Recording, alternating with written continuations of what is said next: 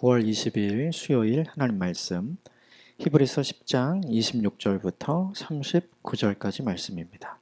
함께 교독하겠습니다.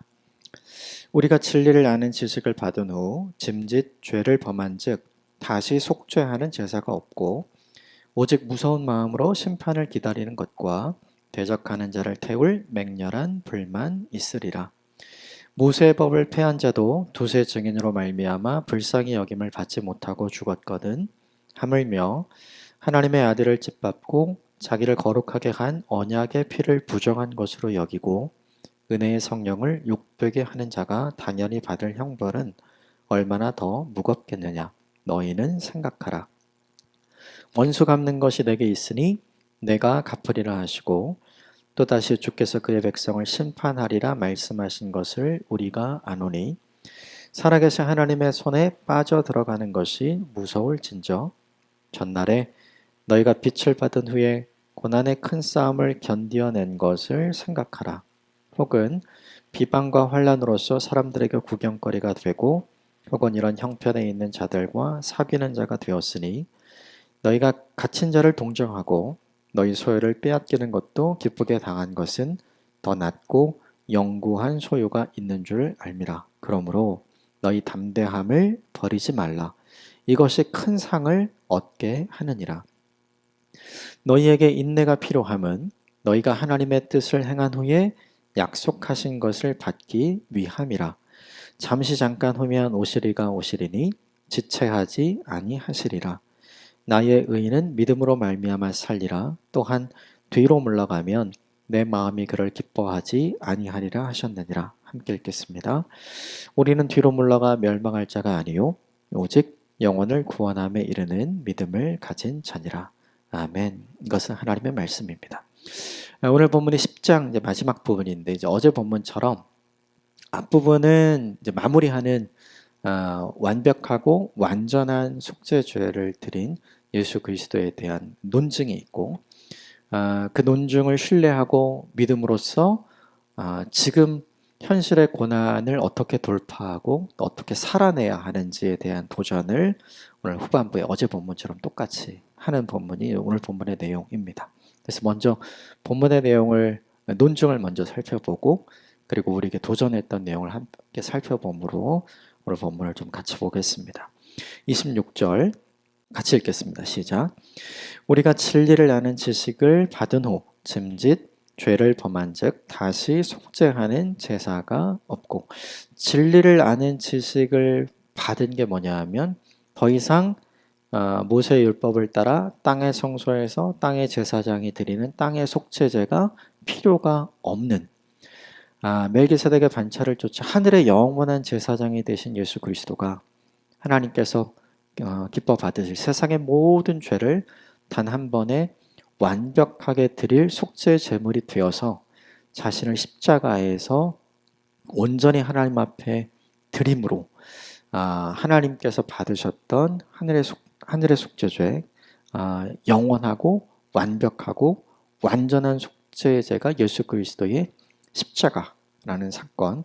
그래서 우리에게 마음의 변화, 생각의 변화가 있었고 우리의 삶의 태도의 변화가 있으므로 우리가 살아가면서 하나님의 성품을 주님께서 주신 그 하나님의 성품을 계속해서 유지해가고 지켜가려는 변화가 있었던 이 모든 구원받은 사람 이후의 삶을 자신들이 모두 다 알았던 거죠.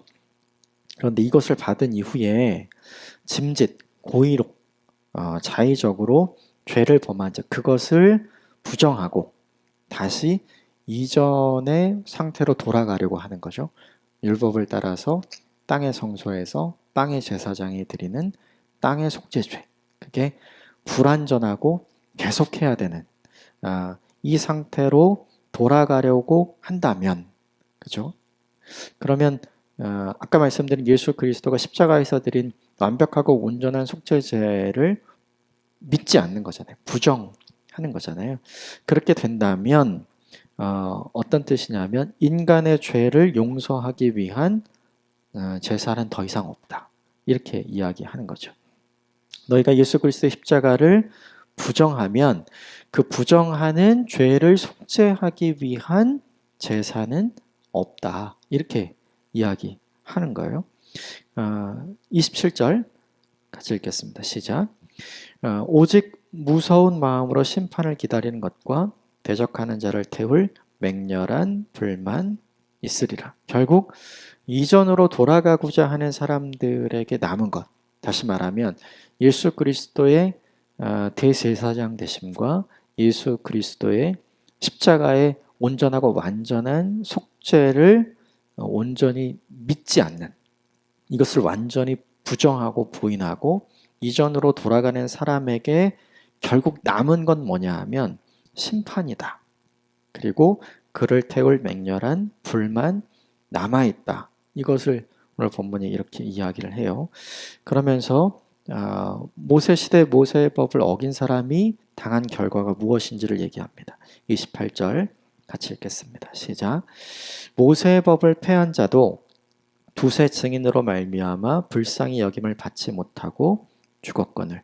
모세의 율법에 의해서 두세 증인으로 말미암아 불쌍히 여김을 받지 못하고 죽은 사람이 있다. 다시 말하면 모세의 율법을 무시하고 깨뜨린 사람, 이 패한 자가 무시하고 깨뜨린 사람이라는 뜻이에요. 하나님께서 모세를 통해서 주신 그 율법을 깨뜨리고 부정하고 없었던 거라고 생각하며 살았던 사람. 오늘 본문의 26절에는 짐짓 죄를 범한 사람이 여기에 해당하는 거죠. 그런 사람의 결과가 뭐였냐면 죽음이었다라는 걸 보여줘요. 그렇게 된다면 하물며 하나님께서 새로운 말씀으로 세워주신 예수 그리스도의 십자가에서 드리는 완전한 속죄죄가 완전하고 온전해서 더 이상 다른 제사가 필요 없고 이것을 통해서 나는 너희의 죄를 완벽하게 용서했고 너희의 불법을 기억하지 않겠다고 하나님께서 말씀하셨잖아요. 어제 본문에도 성령께서 이것을 증언하셨다고 이야기하면서 예레미야가 이야기했던 31장의 말씀을 이야기했죠. 그런데 그 말씀을 온전히 믿지 않는 사람은 어떻게 되겠는가? 이걸 이야기하는 거예요. 29절 같이 읽읍시다. 시작. 하물며 하나님의 아들을 짓밟고 자기를 거룩하게 한 언약의 피를 부정한 것으로 여기고 은혜의 성령을 욕되게 하는 자가 당연히 받을 형벌은 얼마나 더 무겁겠느냐 너희는 생각하라. 완전한 속죄의 제물이 되시고 대제사장이 되신 예수 그리스도의 구속의 은혜를 무시하고 믿지 않는 사람이 된다면, 즉 모세의 율법을 패한 자가 되는 것처럼, 그가 죽음을 맞이하게 되는 것처럼 고의로 짐짓 그것을 신뢰하지 못하고 그것을 믿지 못해서 이전으로 돌아가려는 사람에게 남은 형벌은 얼마나 더 무겁겠느냐. 이걸 이제 논리적으로 설명하는 거죠. 그럼 이 이야기를 왜 할까요? 겁주려고 하는 걸까요? 그게 아니죠. 돌아가지 말라. 그러므로 돌아가지 말아라. 모세에게 주신 율법을 믿지 않고 살았던 사람에게 죽음이 있었던 것처럼 하나님께서 말씀하시고 하나님께서 준비하시고 하나님께서 계획하시고 성령께서 선지자를 통해 이미 증거하신 예수 그리스도의 십자가를 온전히 믿지 못할 때 너에게 주어진 것이 똑같이 죽음이지 않겠느냐. 그러므로 돌아가지 말아라. 이 이야기를 하고 싶은 거죠. 30절, 31절 같이 읽겠습니다. 시작.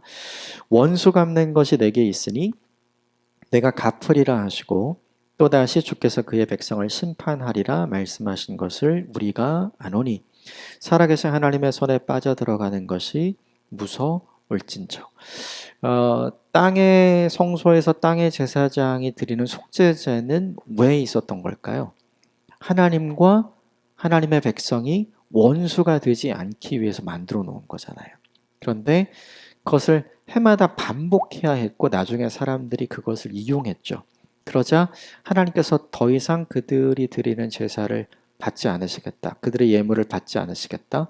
번제와 속죄제를 기뻐하지 않으시겠다. 이게 어떤 의미예요? 내가 그들의 심판자가 될 것이다. 내가 그들이 나에게 원수가 된 것을 그냥 두고 내가 그 원수를 갚을 것이다. 이런 의미가 되잖아요. 그런데 오늘 본문에 그것을 새롭게 바꾸기 위해서 하나님께서 주신 게 뭐냐면 예수님의 십자가잖아요. 그러니까 예수님의 십자가 사건도 하늘의 대제사장이 되어서 하나님의 기뻐 받으실 만한 완전한 속죄제가 되도록 예수님께서 순종함으로 그 일을 하신 것은 너희와 하나님 사이를 원수로 만들지 않게 하기 위해서, 원수가 된 하나님의 백성을 하나님이 심판하지 않기 위해서 그렇게 하신 것 아니냐. 그러므로 이전으로 다시 돌아가지 말아라 이야기하는 거죠.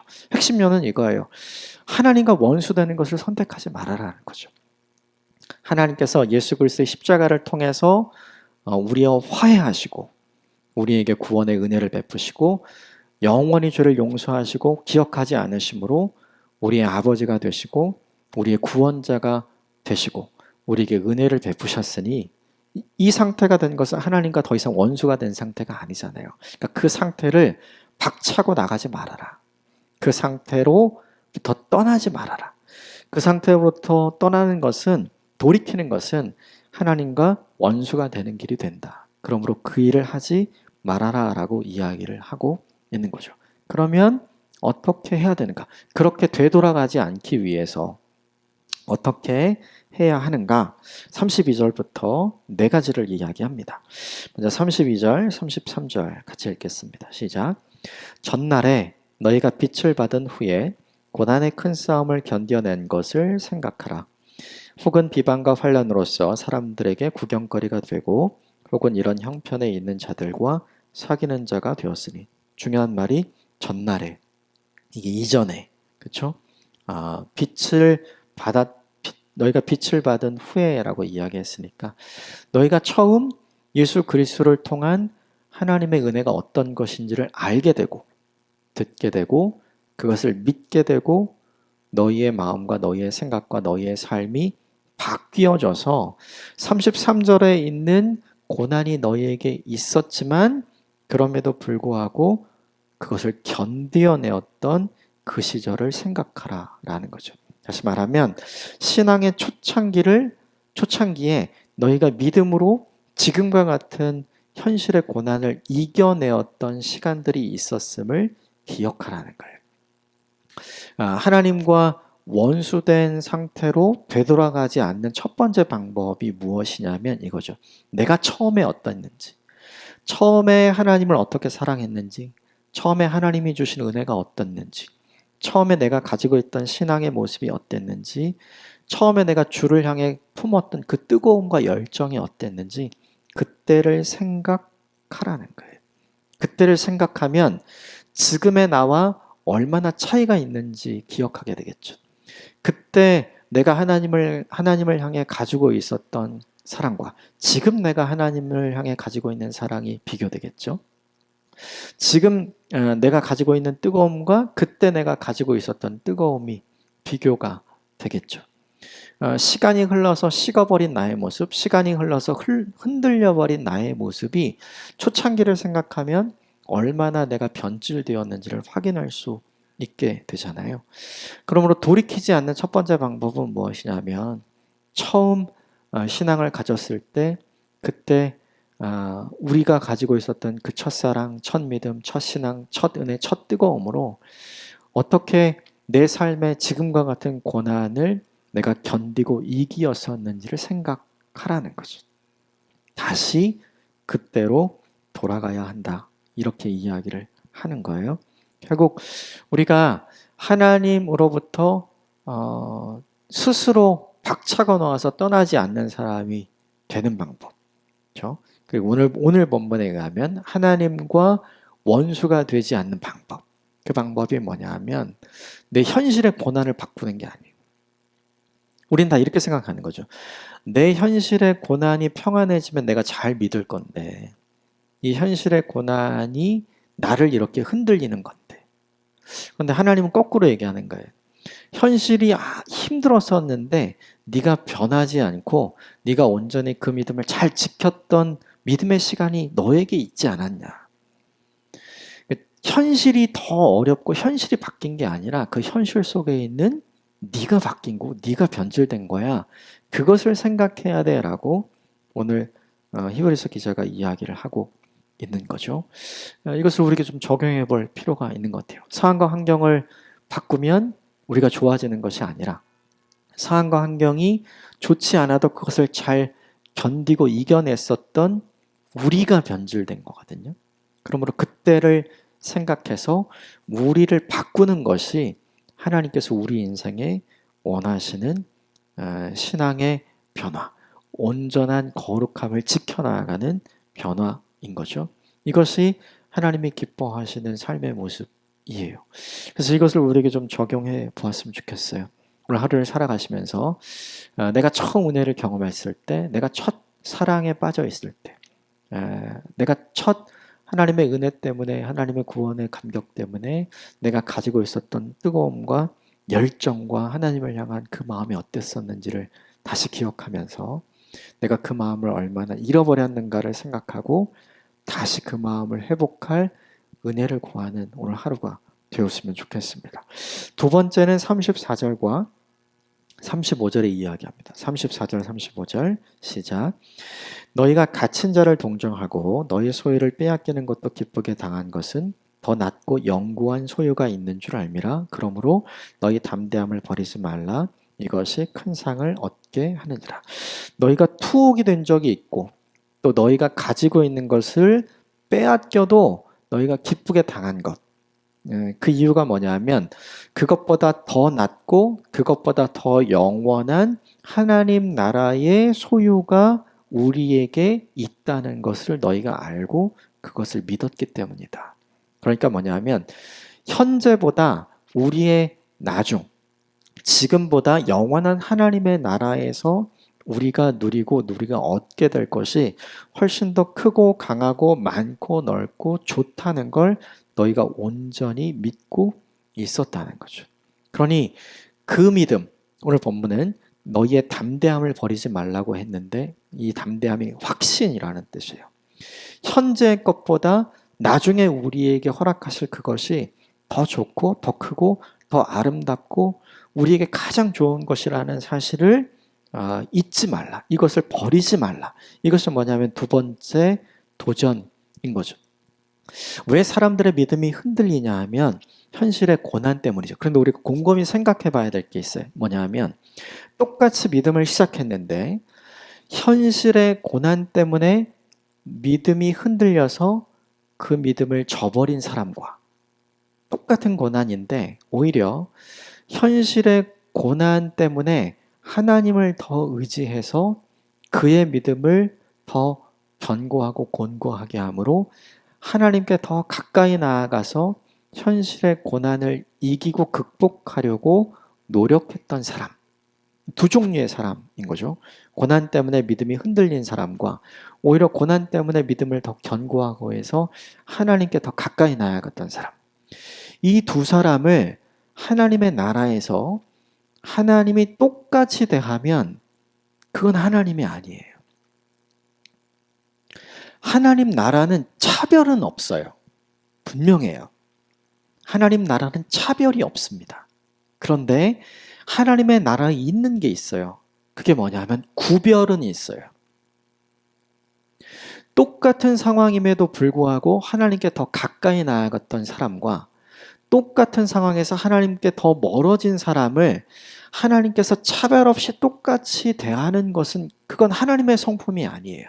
하나님의 성품은 그가 뿌린 대로 거두게 하시는 것이 하나님의 성품이잖아요. 오늘 본문에 등장한 더 나은 영구한 소유가 뭐냐면 하나님 나라에서 주님께서 우리를 위해 주시도록 준비하신 하나님 나라의 상급이잖아요. 그 똑같은 상황에서 다른 반응을 했던 사람에게 똑같은 상급을 주시면 그건 하나님이 아닌 거죠. 공평하신 하나님이 아닌 거예요. 그래서 우리가 기억해야 할 것이 있는 거죠. 이 본문이 우리에게 도전하는 것이 무엇이냐면 똑같은 상황에서 흔들리는 사람이 있고 똑같은 상황에서 더 견고했던 사람이 있지 않았느냐. 너희가 예전에 그렇지 않았느냐.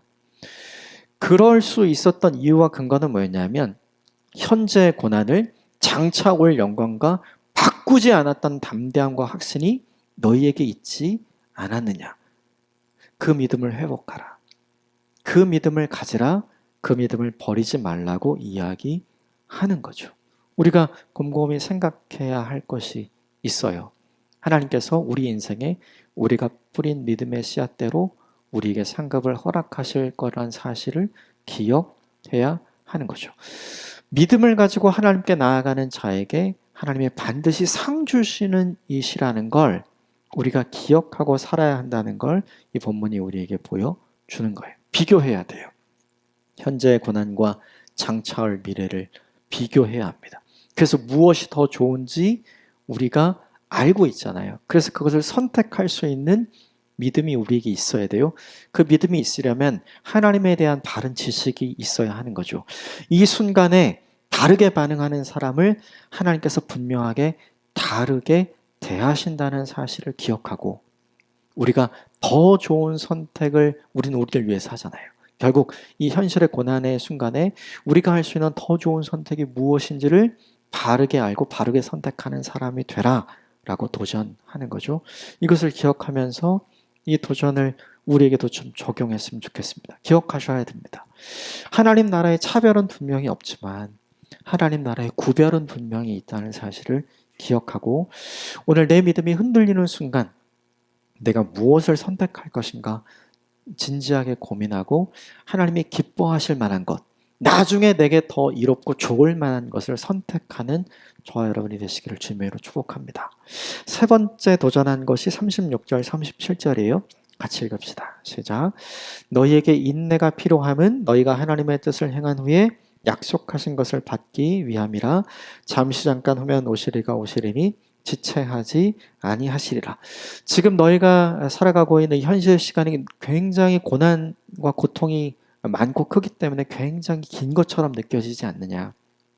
그런데 그 시간은 사실은 짧은 시간이다. 주님이 잠깐 후면 오실 것이다. 그러므로 이 시간을 믿음으로 잘 견뎌야 되는데 믿음으로 잘 견디기 위해 필요한 게 뭐냐면 인내함이라는 거죠. 인내에 반드시 필요한 게 있어요. 시간입니다. 시간을 견디는 사람이 되라는 거예요. 시간을 견디는 사람. 시간은 우리를 계속해서 공격하죠. 시간이 지난다고 해서 자연스럽게 우리가 믿음의 사람이 되는 게 아니거든요. 오히려 시간의 공격을 이겨야 우리가 믿음의 사람으로 거듭나게 되잖아요. 그러니까 오늘 이 본문이 우리에게 도전하는 것이 바로 이것이죠. 하나님이 약속하신 모든 것은 반드시 이루어집니다. 그런데 그 반드시 이루어지기까지 무엇이 필요하냐면 시간이 필요한 거죠. 구약 성경에 하나님의 약속을 받은 모든 사람들이 공통적으로 경험한 게 뭐냐면 약속의 지연이었어요. 오늘 본문에 이 본문의 고난의 시대를 살아가고 있는 유대인 그리스도인들이 경험한 게 뭐냐면 약속 성취의 지연이잖아요. 주님이 빨리 오시겠다고 주님이 다시 올 것을 여기 볼 자가 있다고 이야기했지만 그것이 빨리 이루어지지 않아서 사람들이 메시아가 아닌가 이렇게 생각하게 된 거잖아요. 아브라함에게 약속했던 것도 시간이 성취되는데 시간이 걸렸고 모세를 통해서 이스라엘 민족에게 하나님께서 약속하신 것도 시간이 걸렸죠. 다윗에게 약속하신 것이 이루어지기까지도 시간이 걸렸죠. 그런데 다 이루어졌잖아요. 그러니까 하나님의 약속은 반드시 이루어지는데 시간이 걸리거든요. 그 시간을 잘 보내기 위해서 필요한 게 믿음인데 이 믿음을 잘 지키기 위해서 필요한 게 뭐냐면 오늘 본문의 인내함이라는 거죠. 이 인내함은 이 인내함을 갖기 위해서 필요한 것이 있어요. 그게 뭐냐면 하나님의 약속이 반드시 이루어진다. 그리고 지금 시간은 잠깐이다라고 하는 이 생각과 이 시각이 우리에게 있어야 하는 거죠. 우리도 이 일이 필요한 것 같아요. 고통과 고난의 시간이 우리에게 너무나 길게 느껴지잖아요. 근데 그때 우리가 해야 할 일은 하나님의 약속이 반드시 이루어진다. 그 하나님의 약속이 이루어지기 위해 시간이 필요하다. 이 시간을 내가 믿음으로 이기기 위해서 인내함이 필요하다. 이 시간은 장차 주님이 오셔서 약속을 이루어 주시고 영원한 하나님의 나라의 상급을 우리에게 주실 것에 비하면 아주 짧은 시간이다. 그러므로 현재와 영원을 맞바꾸지 말라. 오늘 본문이 그걸 이야기하죠. 이것을 우리에게 적용하는 시간이 되었으면 좋겠어요. 우리 생각해야 돼요. 하나님 나라에 가서 우리가 하나님께 자랑할 수 있는 것이 무엇일까를 곰곰이 생각해 봐야 돼요. 내가 하나님 때문에 좋은 거 먹었고 좋은 거 입었고 좋은 거 누렸고 좋은 곳에서 살았습니다. 하나님 감사합니다. 이 모든 것이 하나님의 은혜였습니다. 이걸 하나님 앞에 자랑할 수 있을까요? 아니에요. 하나님, 내가 참 힘들었어요. 그럼에도 불구하고 내가 믿음으로 그 시간을 견뎠습니다. 하나님, 내가 참 어려웠어요. 그럼에도 불구하고 내가 인내함으로 그 시간을 견뎠습니다. 하나님, 세상에서 내 믿음을 흔드는 많은 일들이 내게 너무나 많았어요. 그럼에도 불구하고 그 순간 그 시간 내가 흔들리지 않고 내가 하나님을 온전히 바라는 인생을 살았어요. 이걸 하나님 앞에 나중에 자랑하게 될 수 있는 거죠. 참 은혜가 무엇인지 우린 곰곰이 생각해 봐야 돼요. 이 땅에서 편안한 삶을 사는 것, 이 땅에서 누리는 삶을 사는 것, 그것도 물론 복이지만 정작 하나님 나라에서 우리가 그것을 하나님께 자랑할 수는 없는 거죠. 그런데 오늘 본문에 등장, 하나님 그 모든 시간을 제가 인내함으로 하나님의 약속이 이루어지기를 견뎠고 인내함으로 그 시간을 잘 버텼습니다. 이건 하나님께 나아가서 자랑할 수 있는 근거가 되거든요. 우리의 생각을 좀 바꿔야 할 필요가 있는 것 같아요. 오히려 현실을 통해서 우리가 경험하는 고통과 고난의 시간을 잘 이기고 보내는 것이 하나님 나라에서 우리가 주님 앞에 기쁘게 자랑하고 말씀드릴 내 인생의 자랑거리가 될 수 있다는 것. 이걸 기억하면서 믿음으로 현재의 고난을 잘 이겨나가는 저와 여러분이 되었으면 좋겠어요. 마지막 네 번째 38절, 39절 읽고 마치겠습니다. 함께 읽읍시다. 시작. 나의 의인은 믿음으로 말미암아 살리라. 또한 뒤로 물러가면 내 마음이 그를 기뻐하지 아니하리라 하셨느니라. 우리는 뒤로 물러가 멸망할 자가 아니요 오직 영혼을 구원함에 이르는 믿음을 가진 자니라. 의인은 믿음으로 말미암아 산다. 그러므로 오늘 본문에 있는 것처럼 뒤로 물러나지 말라. 이 얘기는 무슨 얘기예요? 앞으로 전진하는 인생을 살아라. 앞으로 전진하는 인생을 어떻게 살아야 할까요? 믿음으로 사는 것이죠. 현실의 고난 때문에 후퇴하는 인생이 아니라, 믿음이 흔들리는 인생이 아니라 우리 현실의 고난 때문에 주님께로 더 가까이 전진하는 인생, 현실의 고난 때문에 오히려 더 큰 믿음의 견고함을 경험하는 인생이 되기를 주님의 이름으로 축복합니다. 오늘 본문에 유대인 그리스도인들에게 권면한 네 가지가 있었어요. 신앙의 초창기를 기억해야 돼. 첫 마음을 기억해야 돼. 첫사랑을 기억해야 돼. 하나님을 향해 뜨거웠었던 그 첫 마음을 기억해야 돼. 그때로 다시 돌아가야 돼. 거기서 물러나면 안 돼. 이게 첫 번째 이야기였고요. 두 번째는 뭐냐면 현재와 장차 우리에게 주실 영원을 비교해야 돼. 어떤 것이 더 좋은 것인지. 그래서 절대로 포기하면 안 돼. 하나님 나라에 차별은 없지만 하나님 나라에 구별이 있다는 것을 기억해야 돼. 그래서 현재의 것은 내가 포기할 수 있어도 영원의 것은 포기하면 안 돼. 이걸 이야기했고요. 세 번째는 뭐냐면 하나님의 약속이 이루어지기까지 시간이 걸리잖아요. 그 시간이 온전히 임하기까지 인내로 살아야 돼. 이것이 세 번째고 마지막으로 절대로 뒤로 물러서는 삶을 살면 안 돼. 이야기를 하죠. 이 네 가지를 우리에게 적용하는 오늘 하루가 되었으면 좋겠습니다. 함께 기도하겠습니다.